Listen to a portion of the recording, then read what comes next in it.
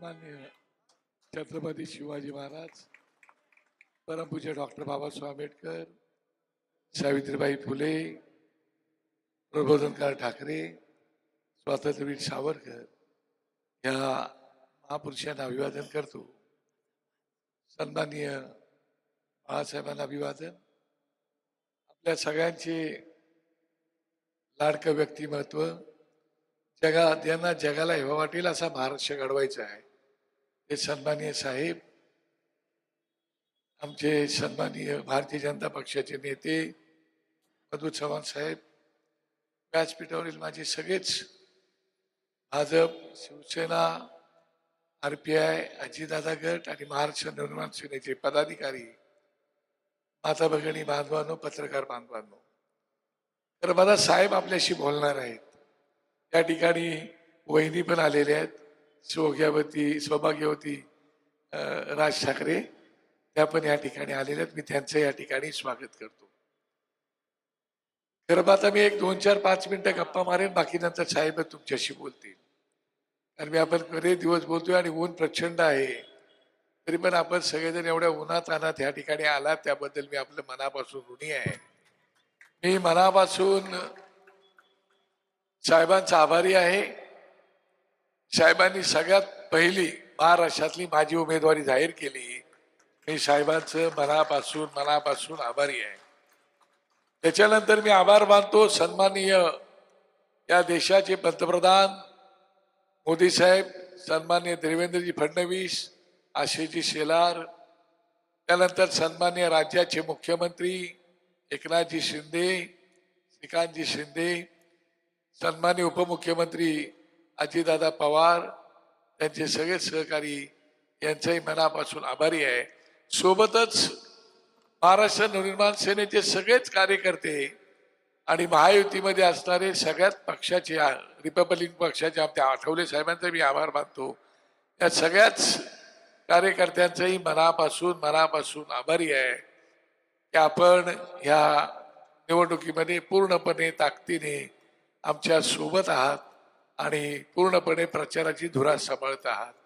सोबतच मी आभार जनतेचे मानेन, त्यांनी सुद्धा प्रचंड प्रतिसाद या मतदारसंघामध्ये साहेब दिला आहे. दिवाळीमध्ये माझा जवळजवळ 70% विभाग पूर्ण झाला होता घरोघरी जाऊन, आणि 30% विभाग राहिला असतानाच माझं ऐन दिवाळीमध्ये 2 तारखेला पाय फ्रॅक्चर अभ्युदयनगरला प्रचार करताना झाला, आणि त्याच्यामुळे माझं घरोघरी जायचं राहून गेलं.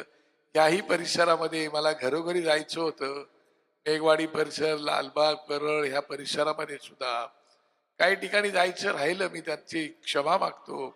आंबेडकर नगरमध्ये राहिलं, माझ्या RMMS मध्ये राहिलं, बऱ्याचशा ठिकाणी राहिलं जायचं, त्याबद्दल त्यांची मी माफी मागतो. पण तुम्हाला आठवते 2 तारखेला माझा अपघात हा झाल्यानंतर साहेबांचा आणि वहिनींचा मला फोन आला होता, आणि 3 तारखेला साहेब अचानक रात्री 8-8:30च्या दरम्यान घरी आले. तर बेडवर मी बसलो होतो. म्हणजे ठाकरे जे आहेत ना, त्यांना विनोद कसे सुचतात ते तुम्हाला मला सांगायचंय. ते मला म्हणाले, अरे बाळा, आत्तापर्यंत मी बाळाचे पाय पाळण्यात पाहिले होते, पण हे तुझ्या पलंगावर मी पहिलीच वेळ बघतोय. ठाकरे त्याला काहीच करू शकत नाही. आलं का लक्षात साहेब? माफ करा, तर तू बोलला ते तुम्हाला सांगतो. आणि त्याच्यामुळे ह्या प्रचाराची नंतर माझी मुलगी सृष्टी आणि लीनाने या प्रचारामध्ये भाग घेतला. मी माझ्या मिसेसचं आणि माझ्या लेकीचं सुद्धा आभार मानतो की त्यांनी सुद्धा या माझ्या सगळ्या सहकाऱ्यांसोबत ह्या प्रचाराची धुरा सांभाळली. याच मतदारसंघाने मला 2009 ते 2014 मध्ये आमदार केलं होतं, आणि या मतदारसंघामध्ये मी प्रामाणिकपणे खूप काम करण्याचा प्रयत्न केला. का म्हणजे एवढं कामं केलं की अजून माझ्या नावाच्या पाट्या यांना पुसता नाकात दम निघालाय.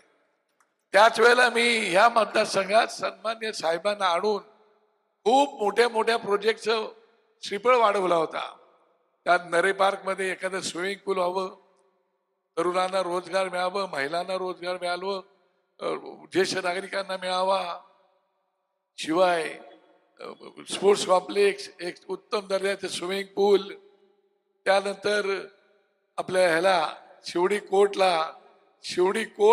एलिफंटा या ठिकाणी रोपवे व्हावा, तिकडे फ्लेमिंगो पक्षी येतात म्हणून बेट बनवावं, तिथं बोटिंग क्लब करावं, सोबतच इकडे एक चौपाटी उभी करावी. त्यानंतर 11 नंबर इमारतीकडे मी एक डायलिसिस सेंटर 5 माळ्याचं उभं करणार होतो. महापालिकेकडून मी परमिशन घेतली होती. कुंटे साहेब त्यावेळेला आमचे कमिशनर होते, त्यांनी परमिशन दिली होती. आपल्या मतदारसंघात लोकांना हॉल चांगले असावेत, लग्नासाठी हॉल वगैरे, कारण फार हॉलचे पैसे लागतात म्हणून हॉल घेतले होते मी. या सगळ्या गोष्टींना पैसे मंजूर करून आणले आणि साहेबांच्या हस्ते श्रीफळ वाढवले होते मी. पण दुर्दैव शिवसेनेच्या लोकांनी त्याला विरोध केला. तो विरोध मला नव्हता, तो विरोध लोकांच्या चांगल्या कामांना होता. काय पण झालं दुर्दैवाने, नाही झालं ते कामं, होऊन गेले. मला अजित पवार साहेबांनी पैसे दिले होते, नंतर जयंत पाटलांनी पैसे दिले, तेवढंच कशाला.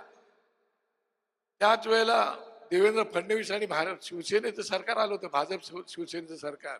त्या सरकारमध्ये 9 कॅबिनेट मंत्री शिवसेनेचे होते.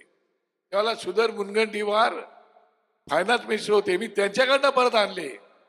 आपले स्थानिक आमदार सन्माननीय अजय चौधरी साहेबांनी त्यालाही विरोध केला. मला खूप दुःख झालं. म्हटलं अरे, लोकांच्या कामांसाठी आपण अशा कामांना विरोध करता, बरोबर नाही असं. पण ठीक आहे, झालं, आता ती वेळ टळून गेली. पण ही कामं राहून गेली. ज्या कामाचा शुभारंभ राजसाहेबांच्या हस्ते श्रीफळ वाढवला, त्याचं मला आजही दुःख आहे. आणि म्हणून मी तुमच्याकडे आता ब्लूप्रिंट पाठवले. माझ्या आयुष्यातली 9वी नवीन निवडणूक आहे, 9वी. पण माझ्या आयुष्यामध्ये मी कधी ब्लूप्रिंट बनवली नव्हती. पक्षाची ब्लूप्रिंट हीच आमची ब्लूप्रिंट असायची. पण यावेळेला मी मुद्दाम ब्लूप्रिंट एवढ्यासाठी तुमच्या घरी घरी पाठवले, कटिबद्ध या नावाने, कमिटेड या नावाने, की निदान भविष्यात तरी हे लोक कशाला विरोध करणार नाही. आणि म्हणून मी तुम्हाला पाठवल्या. तुमच्या सूचना असतील तर द्या. याच म्हणतात, मी माझगावला आमदार होतो त्यावेळेला मला 16-18 शाळा होत्या. त्या शाळेमध्ये मी लोकांचे ऍडमिशन फुकटच करायचो. 5-5, 10-10, 20-20 लाख मी असंच करायचो ऍडमिशन, का खूप शाळा होत्या. पण या मतदारसंघाचा आमदार झाल्यानंतर ज्याला इकडची लोक येऊन मला भेटायला आली की नांदगावकर साहेब, आम्हाला जर ऍडमिशन फातिमाला घ्यायचंय, सेंट पॉलला घ्यायचंय, आंध्राला घ्यायचंय, ग्लोरियाला घ्यायचंय, क्राईस्ट चर्चला घ्यायचंय, ॲग्नेसला घ्यायचंय, तर आम्हाला मुंबई क्रमांक पाहिला जातो. म्हटलं चिंता करू नका, मी बघतो काय ते. आणि मग नॅशनल एज्युकेशन स्कूल म्हणून एक मुलुंडला आहे, त्यांचे 50-60 शाळा आहेत आणि 50-60 कॉलेज आहेत. सुब्रमण्यम नावाचा एक माणूस आहे, मित्र आहे माझा, त्याचे कॉलेज आहेत, त्याचे विद्यार्थी नासाला जातात. मी त्यांना विनंती केली की माझ्या इकडे एखादी सामान्य मुलांसाठी जर शाळा दिली तर बरी होईल. तो बोला मला जागा द्या नांदगावकर साहेब, मी तुमच्यासाठी शाळा देईन. मी कुंटे साहेबांना भेटलो आणि भोईवाड्याची एक शाळा पाहिली आणि ती शाळा त्या ठिकाणी आज इंग्लिश मिडियमची शाळा त्या भोईवाड्याला चालू आहे. आणि आता तिथे सुद्धा प्रचंड गर्दी असते, प्रचंड गर्दी. एवढी शाळा ती चालल्या, तिथं फी नाही द्यायची, म्युन्सिपाल्टी त्याला फी देते. त्याच्या सोबतच आता आहे आपल्या जुन्या चाळी वगैरे वगैरे सगळं झोपडपट्ट्या जुन्या चाळ्या आहेत, NTCच्या मिल आहेत. त्याच्यासोबतच आता हायराईज प्रचंड यायला लागल्यात. आता हायराईजवाल्यांचं म्हणणं होतं की आम्हाला पण एखादी शाळा पाहिजे. म्हणून मी इथं अजित आगरकर अशोक टावरमध्ये राहायचे, क्रिकेटपटू तुम्ही ओळखता. त्या अजित आगरकरांची मिसेस फातिमा भाभी, त्या फातिमा भाभीला मी भेटलो. म्हटलं फातिमा भाभी, आपकी जो स्कूल है अच्छी वाली, वो मुझे मेरे एरिया में है, आपके ट्रस्टी को पूछो. तिला मैं ट्रस्टी को पूछ के बताता हूँ. आणि नंतर ट्रस्टीना तिने विचारलं आणि त्याच्यानंतर ही JBCL तुमच्या बाजूला जी शाळा आहे ना, ती शाळा सुद्धा बाळा नांदगावकरांनी आणली. अरे माझं काही नसताना मी केलं. तुमच्याकडे तर महापालिकेत तुमची सत्ता, केंद्रात तुमची सत्ता, राज्यात तुमची सत्ता. आधी लोकांना निवडणुकीच्या तोंडावर हंडे मोर्चे काढावे लागतात. हे दुर्दैव आहे. 35-35 वर्ष महापालिकेत राहून हे दुर्दैव आहे आपलं. राज्यामध्ये मुख्यमंत्री तुमचे होते, का नाही एखादे अशा प्रकारचे मोठे प्रकल्प आणले. अरविंद सावंत इथे मंत्री महोदय होते, मोदी साहेबांच्या नावाने 2 वेळा, बाळासाहेबांच्या नावाने 2 वेळा आले होते. आता तर ते कोणाच्या नावाने, आता तुम्हाला कल्पना आहे ते, मी काय त्या विषयात जात नाही, मला नाही तो राजकारण करायचं नाही. मंत्री असताना एवढी सत्ता असताना तुम्ही एक, मला लालबाग, परळ, शिवडी, माझगाव ह्या परिसरामध्ये एक, साऊथ मुंबईत तर सोडा, ज्या ठिकाणी शिवसेना लहानाची मोठी झाली, शस्त्रगार म्हणून शिवसेना बोलतो, तिथल्या मुलाबाळांसाठी, महिलांसाठी, सगळ्यासाठी कुठला एखादा प्रोजेक्ट आला तो दाखवला. त्या बाळा नांदगावकरांनी काही नसताना मोठे मोठे प्रोजेक्ट ह्या माझ्या मतदारसंघासाठी आणले होते. मला वाटतं राज ठाकरे साहेबांना वाटतं मी महाराष्ट्राचा, महाराष्ट्र माझा. मी तर खूप छोटा माणूस आहे हो, मला वाटत नाही आपली शिवडीने आपला बाळा.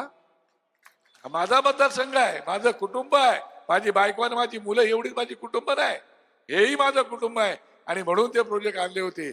आज बाळासाहेबांची हिंदुत्वाची जो नारा आहे, पुकार आहे, ध्वजा आहे, ते राजसाहेब घेऊन चाललेले आहेत.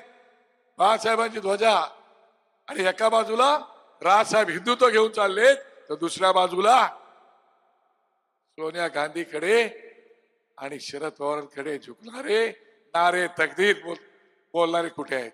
हा तुम्ही शिवसैनिकांनी विचार करायला पाहिजे, याचा विचार तुम्ही करावा, एवढीच माझी विनंती आहे.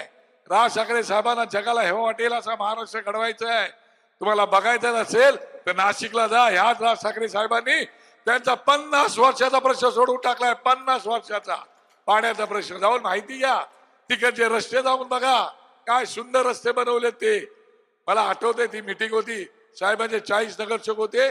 साहेब 1 मिनिट जास्त घेतो. 40 नगरसेवक असताना साहेबांनी त्या महापालिकेत मिटिंग घेतली होती.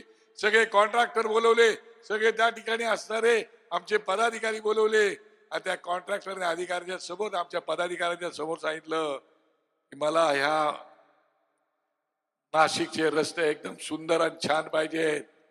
माझ्या सहित आमचा कोणताही माणूस तुमच्याकडे टक्केवारी मागायला येणार नाही. हे आता जर कोण आला तर मला सांगा. ह्या त्या कॉन्ट्रॅक्टर लोकांना सांगितलं आणि पुढे सांगितलं, एवढं सगळं करून जर रस्ते चांगले झाले नाही आणि त्यात खड्डे पडले तर तुमची जागा कुठे असेल ती तुम्ही ठरवून घ्या. कुठं सांगणारे राज ठाकरे. आणि महापालिकेचे रस्ते वारंवार सिमेंटचे बनवतात, कॉन्क्रीटचे बनवतात, पुन्हा त्याच्यावर खड्डे, पुन्हा त्याचे खड्ड्याचे टेंडर. हा फरक आहे. आणि म्हणून बाबांनो, राज ठाकरे साहेब हे खऱ्या अर्थाने या महाराष्ट्राला लागलेली बाळासाहेबांच्या नंतरची देणगी आहे. मी साहेबांचा आभारी आहे की साहेब आपण आज भारतीय जनता पक्षाला मागच्या निवडणुकीला पाठिंबा दिलात, बिनशर्त पाठिंबा दिलात. खूप चांगलं केलं साहेब. कारण या देशामध्ये, या महाराष्ट्रामध्ये आता हिंदुत्वाची धुरा घेऊन जाणारा भारतीय जनता पक्ष आणि तुम्ही आहात, आणि शिंदे गट आहे. त्याच्या व्यतिरिक्त कुठला पक्ष हिंदुत्वाची धुरा घेऊन जाणारा मला दिसत नाही. आणि म्हणूनच मी नरेंद्र मोदी साहेबांचा मनापासून आभारी आहे की त्यांनी सुद्धा राम मंदिराची निर्माण केलं. ज्या राम मंदिराच्या साठी आम्ही, बाळासाहेबांनी आम्हाला पाठवलं होतं कार सेवेला, हा बाळानंदगावकर कार सेवेला गेला होता, त्यावेळेला तिकडे गोळीबारी होत होती, त्यावेळेला तिकडे चाकू सुरे तलवारी चालत होते. त्यावेळेला आम्ही गेलो होतो, इथून लखनौला गेलो, ट्रेनिंग नगरसेवकांची एक टीम पाठवली होती, तिथून लखनौला गेलो, लखनौवरून बसनी बसलो, फैजाबादला उतरलो, फैजाबादवरून 7 किलोमीटर चालत आम्ही अयोध्येला गेलो. आणि त्या अयोध्येमध्ये कार सेवेत आम्ही भाग घेतला. मला आनंद आहे. त्यावेळेला आम्ही जिवंत आलो, म्हणून जिवंत नसतो आलो तर पण आलो. तुमचा सगळ्यांचा आशीर्वाद, ठाकरे कुटुंबाचा आशीर्वाद, बाळासाहेबांचा आशीर्वाद, आलो जिवंत. आणि आज मला आनंद वाटतोय. मोदी साहेबांचा आणि भारतीय जनता पक्षाचा आभार मानतो मी की माझ्या डोळ्यांनी आणि अशा कित्येक कारसेवकांनी या राम मंदिराची निर्मिती झालेली पाहिली आहे, हिंदू जनाचं स्वप्न साकार केलंय. आणि म्हणून आपण साहेब योग्य ठिकाणी एकमेकांशी आपण सोबत आहात, हिंदुत्वाची धुरा घेऊन जात आहात. आणि म्हणून माझी विनंती आहे तुम्हाला, राजसाहेब या ठिकाणी आलेले आहेत. खूप काही बोलू शकतो पण नाही, साहेबांचे विचार आपल्यासाठी महत्वाचे आहेत. म्हणून साहेब मी लोकांना एवढीच विनंती करतो की थोडा या बाळानंदगावरती विश्वास ठेवा, थोडा विश्वास ठेवा. माझ्यापेक्षा जास्त विश्वास राज ठाकरे साहेबांवरती ठेवा. राज ठाकरे प्रामाणिक व्यक्तिमत्व आहे. बाळासाहेब जसे प्रामाणिक होते तसे राजसाहेब प्रामाणिक आहेत. जे रोखोक बोलतात, चांगलं असेल तर चांगलं, वाईट असेल तर वाईट.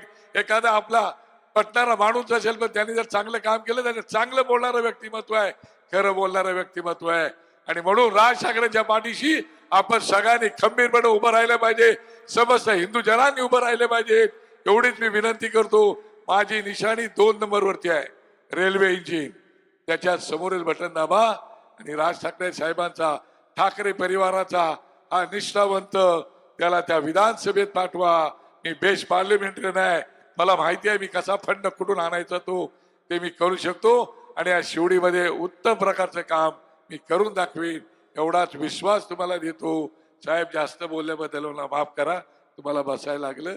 आणि सगळ्यांना मनापासून धन्यवाद देतो. जय हिंद, जय महाराष्ट्र, जय श्रीराम.